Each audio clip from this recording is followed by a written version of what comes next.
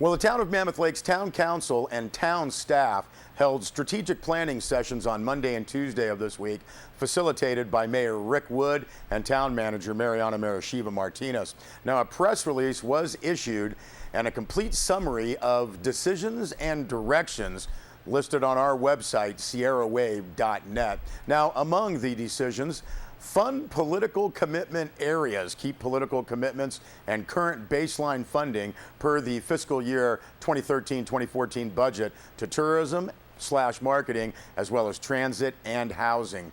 Also, talking about effective management, provide sufficient resources and support to the town staff to effectively do their work, including continuing commitment to IT funding of no less than the fiscal year 2013-14 baseline. Now, among the following direction has been given to staff through the town manager, Mariana Marashiva Martinez. That includes all future requests for council decision and/or funding must be evaluated against the town council's established priorities as well as mandates. Staff recommends adding a section to each town council agenda bill with this filter information prominently displayed in the beginning. Also, develop a schedule for the town's annual budget process to start with the council's annual strategic planning sessions no later than February of each year. And again, a complete recap of the strategic planning sessions is available, that press release, on our website, sierrawave.net.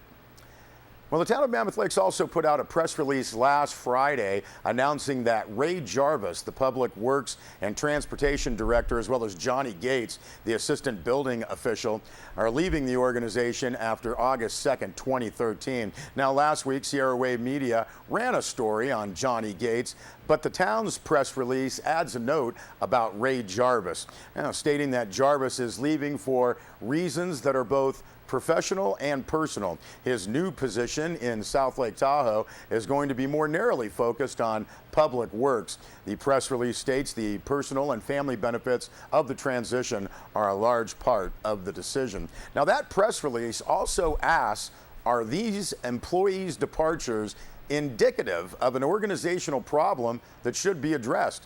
Well, the answer, according to the press release, the cumulative effects of the organization of the challenges in the last 5 years are a factor in these departures, but not the leading factor.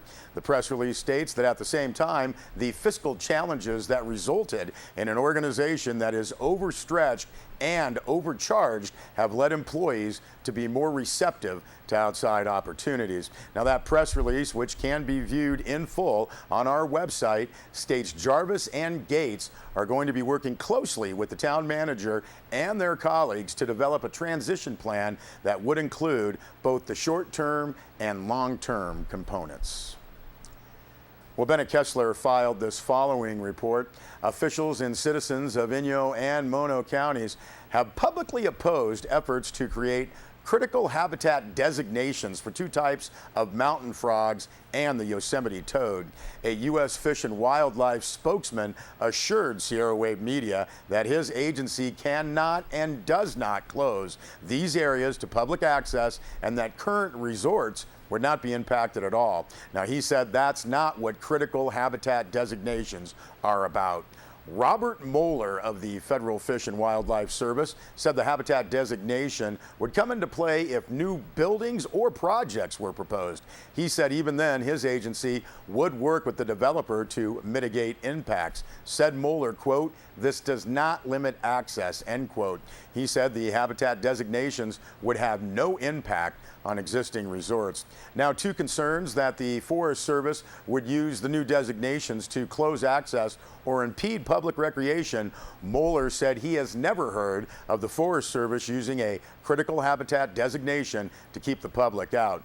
So, if not to limit access or shut down activities, what is a critical habitat designation about? Well, Moeller did say there is still some question about fish stocking in the upper elevations. He said that critical habitat designations are about education of the public that the potentially endangered or threatened species live there. Now, Moeller said if the Forest Service or National Park Service want to create a major project, they would have to find no impact impacts on the amphibians in this kind of designation, or if there are impacts, they would have to consult with the U.S. Fish and Wildlife Service. Now, Mueller repeated that these critical habitat designations are about education and future development. He said this will not impact existing lodges at all. Mueller also pointed out that a lot of critical habitats are in wilderness where the public does have access. Now, Mueller said he was not sure if there would be public meetings in Inyo or Mono. He said the Fish and Wildlife Service is looking at the possibility. He did speak of reopening the public comment period. Now, in a press release from Mueller and others in April, the agency says, quote, all 3 amphibian species are threatened by habitat degradation, predation, climate change, and inadequate regulatory protection, end quote. Well, the Mono County Board of Supervisors recently honored 4 longtime county employees and officials who are retiring. These employees, according to the press release, have made significant contributions to Mono County and the public it serves. Now, those 4 employees are Nancy Boardman, George Milovich, Clay Neely, and Paula Proctor.